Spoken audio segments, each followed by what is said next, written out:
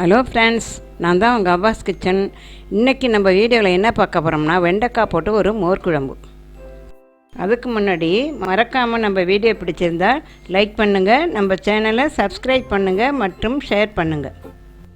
வாங்க வீடியோக்குள்ளே போவோம். தேவையான பொருட்கள் செய்முறையிலே காட்டுறேன். இப்போது ஒரு பவுலில் 2 டேபிள் ஸ்பூன் துவரம்பருப்பு, 1 டேபிள் ஸ்பூன் கடலைப்பருப்பு போட்டுக்கோங்க. அதில் தண்ணியை ஊற்றி ஊற வைங்க. 10 நிமிஷம் ஊறினா போதும்.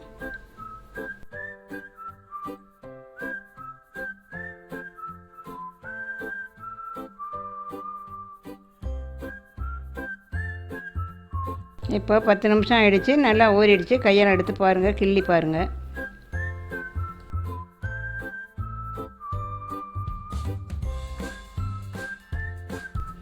மோர் குழம்பு மிக்ஸி செய்கிறதுக்கு ஒரு மிக்ஸி ஜாரை எடுத்து அதில் ஒரு 5 பச்சை மிளகாய் போடுங்க.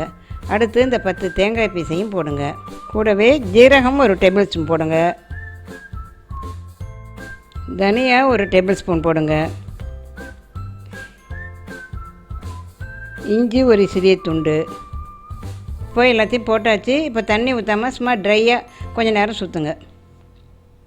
இப்போது கொஞ்சம் கொஞ்சமாக தண்ணி ஊற்றி நல்லா மசிச்சிடுங்க.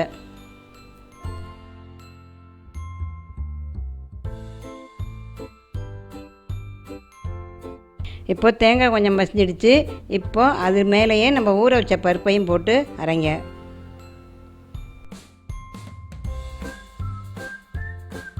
இப்போது அடுப்பில் ஒரு தவா வச்சு எண்ணெயை ஊற்றுங்க. எண்ணெயை ஊற்றிட்டு நான் 5 வெண்டைக்காய் எடுத்துருக்கேன். உங்களுக்கு எவ்வளோ தேவையோ நீங்கள் போட்டுக்கோங்க.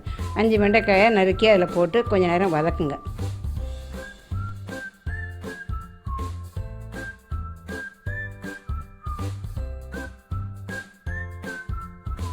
உப்பு அந்த காய்க்கு தகுந்த உப்பு போட்டால் போதும்.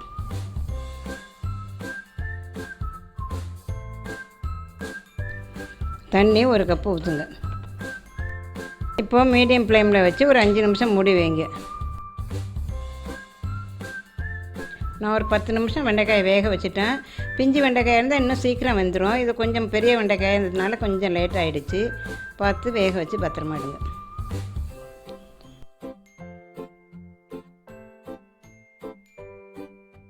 இப்போது இந்த குழம்பு மிக்சரில் கொஞ்சம் தண்ணியை ஊற்றி இப்போது நம்ம அடுப்பில் வச்சுருக்க எண்ணெய் சட்டியில் ஊற்றிடுங்க.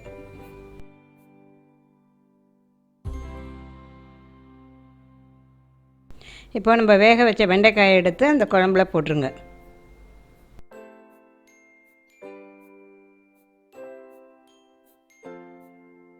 மஞ்சள்தூள் ஒரு 1/2 டீஸ்பூன் போட்டுக்கோங்க. இப்போ நல்லா கலக்கி விட்டுட்டு பருப்பு இருக்கிறதுனால அடி பிடிச்சிடும். அதனால் இன்னொரு கிளாஸ் தண்ணி ஊற்றி கொதிக்க விடுங்க. இப்போது அதெல்லாம் சேர்ந்து கொஞ்சம் ஒரு 2 நிமிஷம் கொதிக்க விடுங்க போதும்.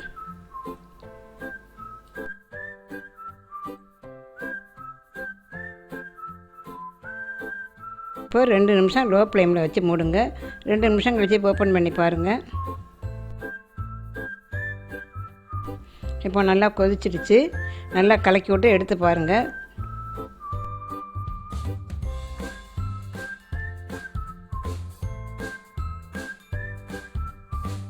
இப்போ ஒரு தவாவில் தேங்காய் எண்ணெய் ஊற்றிங்க. தேங்காய் எண்ணெய் தான் மோர் குழம்புக்கு நல்லாயிருக்கும்.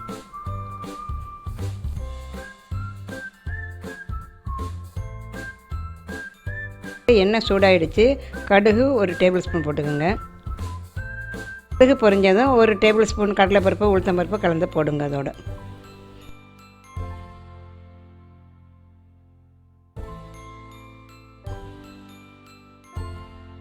ஒரு மிளகாயை 2ஆக உடச்சி கிள்ளி போடுங்க. அதில் சின்ன வெங்காயம் ஒரு 10 வெங்காயத்தை கட் பண்ணி போடுங்க. இப்போ கொஞ்சம் நேரம் வதக்கி விடுங்க. சொல்ல மறந்துட்டால் கொஞ்சம் பெருங்காய பொடி கொஞ்சம் போட்டுக்கோங்க. அதோடைய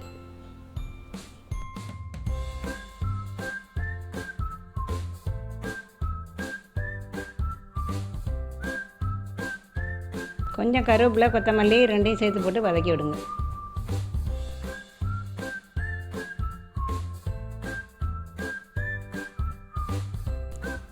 இப்போது நம்ம கடைஞ்சி வச்சுருக்க 2 கப்பு தயிரை இதில் ஊற்றுங்க.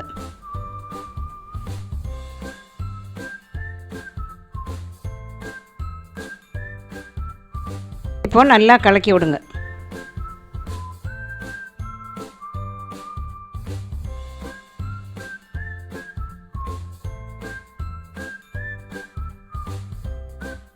இப்போ நம்ம தாளித்து வச்சதை அந்த கலந்து வச்ச மோர் குழம்புல ஊற்றிடுங்க. உங்கள்கிட்ட நெய் இருந்தால் கொஞ்சம் நெய் ஊற்றுங்க, இல்லைன்னா பச்சை தேங்காய் நெய் ஊற்றினாலும் நல்லாயிருக்கும்.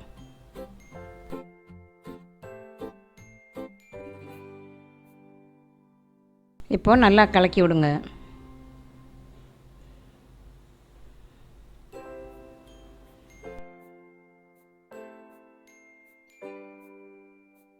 மஞ்சள்தூள் அரை டீஸ்பூன்,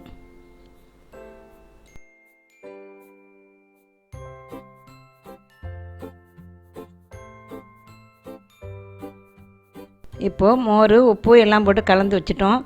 அதை இப்போ ஒரு 2 நிமிஷம் லோ ஃப்ளேமில் வச்சு நல்லா பொங்க வந்துடும். பொங்கினதும் உடனே இறக்கிடுங்க.